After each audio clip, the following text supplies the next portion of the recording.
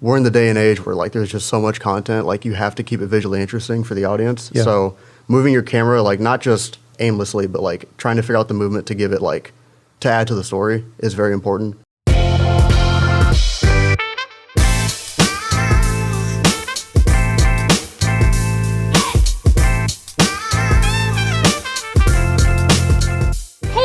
And welcome to another episode of the Go Sokal Podcast. I'm your host, Katy Welch. And I'm your host, Chris Mulally. And today we have an awesome opportunity to talk to videographer Phillip Teasley, who's been with the company for a few years and does phenomenal work. We're going to get into the nitty-gritty about quality video production and everything associated with editing as well.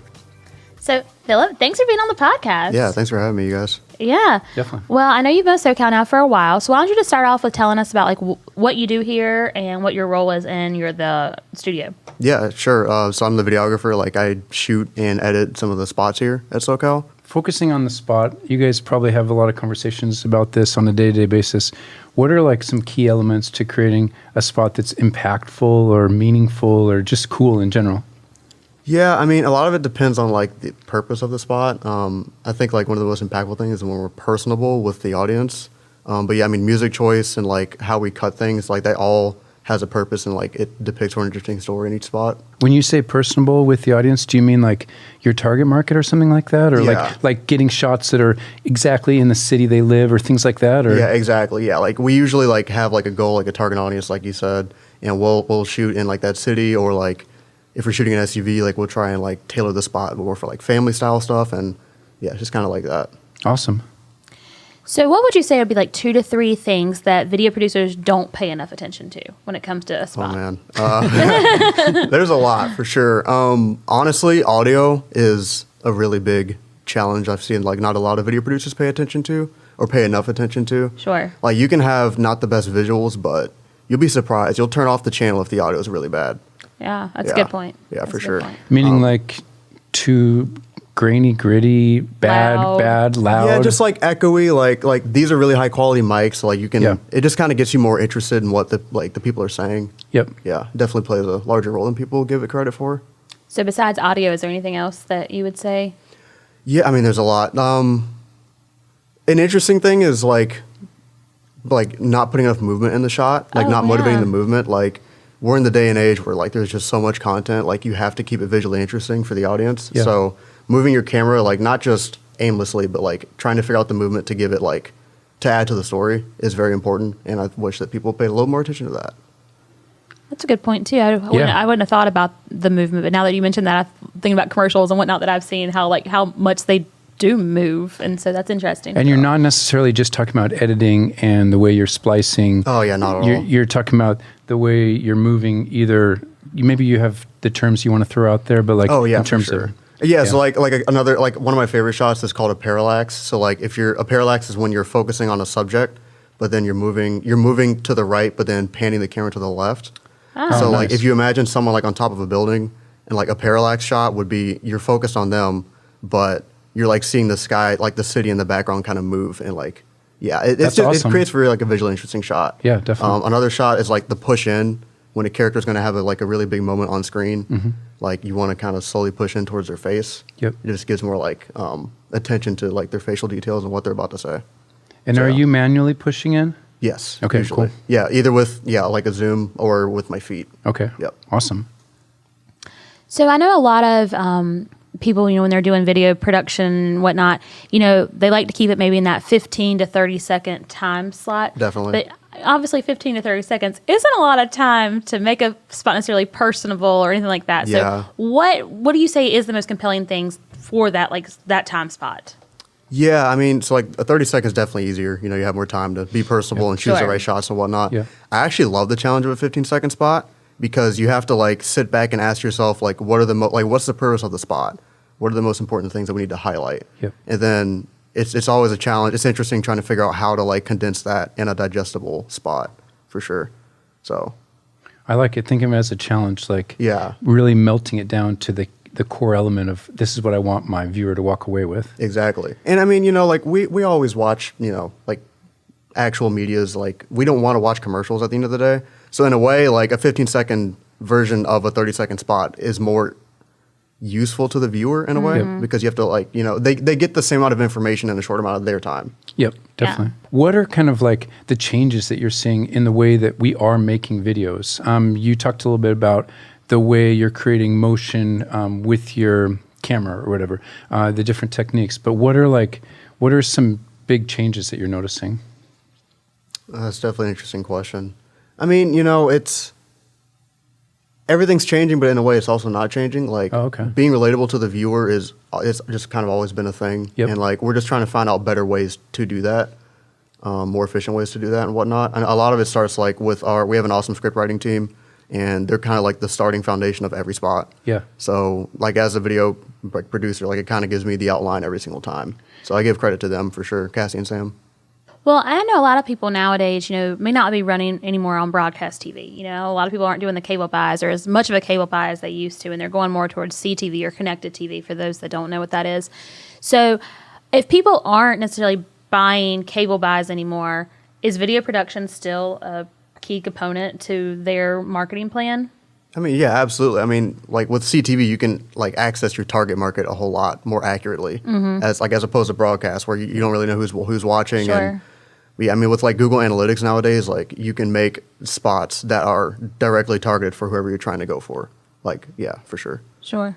Yeah. I mean, I think with like you were mentioning with the CTV and the analytics is like you can actually know, like, if households between the ages of 18 and 35 are really watching this spot, then maybe, you put something in there of, I don't know, sports cars or, you know what I mean? Like you and really. It happens like all the time on Instagram, like, like Instagram, like obviously they have like your Google profile or whatever. It's like you search for, I don't know, let's go. Like you search for credenzas on like Home Goods or something, and like all of a sudden you're getting like video stuff and ads for all the time. So daily life right there. All the time. Yeah. So I mean, I think that's probably one of the biggest differences. I mean, I'm not an expert in the field, but I mean, I think being able to having this Google Analytics and knowing where they are, who they are, that's a big deal. Definitely. You did bring up script writing, and just from the scripts that I've seen in the company, they're pretty cool how detailed they are. And can you talk a little bit about how you work off of that, or kind of what you find helpful about like the cues that they're giving you and stuff like that? Yeah, definitely. So I mean, the script is always like they go through a process to kind of like get it right and follow the story. And like whenever I look at it, it gives me. I always look at the script and kind of try to see what I can put on it, like put my own spin on it and whatnot. So usually like, we churn out a lot of spots quite frequently. So whenever we're having like an off day, like creatively, at least for me, like I can always fall back on the script and what they've thought of just as like, if we just need to get it done. Yeah, definitely. But yeah, it's always nice having that framework there because it's like, it's always really well thought out. It's kind of like that expression, know the rules to break them. And so like you got your rules, you got your box, but then how can you kind of like push it a little bit and put your own spin on it? Exactly. It's funny because like when you're filming things, like there's tons of rules when filming. A familiar rule is like the rule of thirds, which is where like you divide the frame into like thirds, and usually you want to like when you're doing an interview or like shooting a person, you usually want to put their eyes on a third of the frame. But like in movies, like if they're having an uncomfortable moment, you may see them push towards the edge. So it's just funny. Like there's tons of rules in video production, but knowing when to break them and like the impact that can have is also really, really cool. So after a script comes to you and you read over it and you see kind of where like the direction of like where it's going, what are the next steps in creating a video campaign? It definitely varies depending on the spot. Sometimes I start with music. Sometimes I look at the footage we shot. If some spots we do like we shoot for, other spots are just like stock footage or like taking older footage and stuff that we've already shot for them. So yeah, it just depends on the spot really. Like I personally usually start with like chopping up the voiceover and like listening to inflections and stuff and trying to find music that fits the vibe. And then I'll put it in the visuals after that part's done. Would you consider yourself, like, in terms of your heart, more of a videographer, like a shooter, or more of an editor? Or is, I don't know. That's an probably a hard question. No, I've thought a lot about it. I've gone back and forth a lot. Recently, I've been more leaning towards more of the cinematography aspect for sure. Nice. And shooting more so than editing. Just because, like, when you shoot, you can be in all kinds of situations. Like, you're talking to people, you're not sitting at a desk. Yep. It's just more. I find it more interesting for sure.